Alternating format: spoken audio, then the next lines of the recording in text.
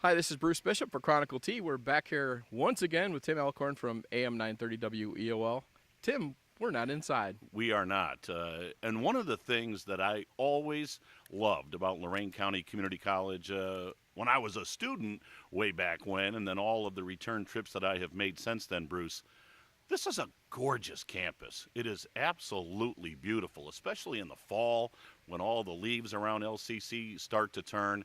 It is absolutely gorgeous. So, again, if you're thinking of attending Lorain County Community College, keep in mind this is a beautiful campus. And I should let folks know, by the way, that there is still time to register for some short-term fall classes here at Lorain County Community College. So although school is in session, as the old saying goes, there are some short-term classes that folks can sign up for. So we would encourage them to do so, of course, right here at the primary campus of Lorain County Community College, but also at the LCC Learning Centers in Lorain, North Ridgeville, or Wellington. So still some time to get in on those short-term fall classes. That sounds great.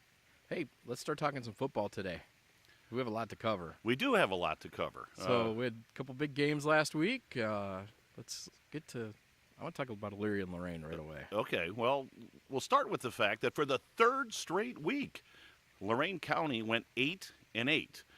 3 straight weeks of 500 football for Lorain County High School football team. So we'll see how that plays out as far as week 4 is concerned. But as you mentioned, Lorain and Elyria, that was a Thursday night game to get week 3 underway. And boy, Elyria appeared to have all the momentum going into the locker room. They had come back and basically had gotten to within a tie of Lorain High. But boy, the Titans came out and really dominated the second half of play.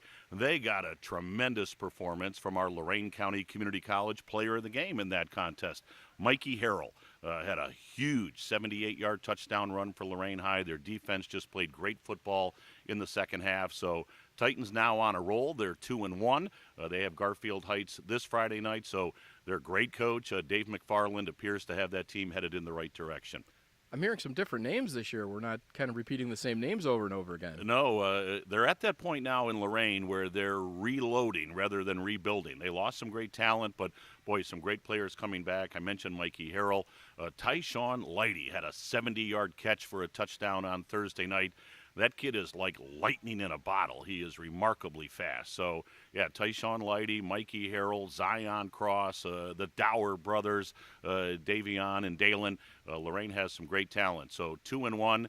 Tough loss for Elyria. They dropped to 0-3, and they've got Solon this Friday night. So it's been a rough start for their first-year head coach, Sean Arno. But the Pioneers have some talent, but a tough customer this week in the Solon Comets. A couple other games from last week that we want to touch on. The game that we had on WEOL on the radio side, Avon really took apart Avon Lake. The Eagles, under their great head coach, Mike Elder, they're now 3-0 on the year, and certainly they are poised to put together another great campaign. Our Lorain County Community College player of the game for the Avon Eagles, Kyle Kudla, he caught a touchdown pass filling in for the injured Vlasi Pappas.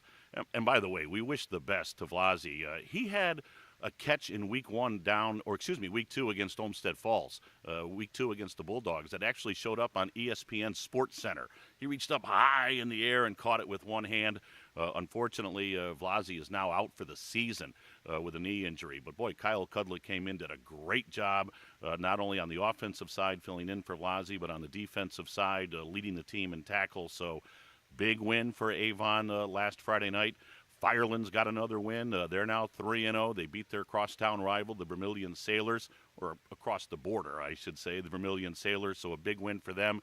And really, the win that stands out for me as far as week 3 was concerned, Bruce, the Columbia Raiders. We have a segment in our Saturday morning show on WEOL, our Lorain County Community College team of the night, and we gave that to Columbia for their win last Friday against Northwestern. Everybody knows about their great running back, Brandon Coleman. He had another big game for Columbia, but it was their quarterback that turned in a terrific performance. They need to find a way to take the load off of Brandon Coleman a little bit, and their outstanding quarterback by the name of Jared Bazinski put together a tremendous effort. Columbia's head coach Jason Ward has been talking with us about the fact that they've got to find some guys to take that load off Brandon Coleman, and Jared Bazinski, Columbia's quarterback, really did that last Friday night. So Columbia now turns around and gets ready for Keystone this week That'll be our Stream 2 game on WEOL.com. But, boy, that was a big, big win for Columbia. They had really been smoked in week 2. They went to the east side and got embarrassed by Kirtland, who's a perennial playoff team. They're a fantastic team. But Coach Ward on WEOL last week, he said, hey, we were embarrassed. We were humiliated by the way that game turned out.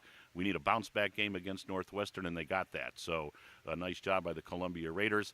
And hats off to Brookside. They got their first win of the year. So it's always good to get off the schneid, and the Brookside Cardinals were able to do that last Friday night. So to Paul Ferguson and his crew, great job for their first win of the year. Okay, so let's talk about what's coming up this week. Where's the action? Well, the game we have on WEOL, we'll start there. We've got Elyria Catholic at home as they take on Mogador. And, boy, the Panthers are smarting. They're 1-2 on the year. They've lost 2 straight games after winning their opener. We had their game on Saturday afternoon over at Cleveland Central Catholic, and boy, they weren't able to pull that out. They got a great effort from our LCCC player of the game and Zach Evans. They've got a very nice running back in Leighton Banjoff. But EC, they need a win. They need a win desperately. So we'll see if they can get it done on Friday night. Mogador coming into town. I'm sure Dave Stupka will have his kids ready, but they need to find a way to get back on the winning side of things. A big game on Friday night, Amherst over at Midview. 2 teams that are 3-0 on the year. Amherst got another win last Friday night to go to 3-0 when they beat North Ridgeville.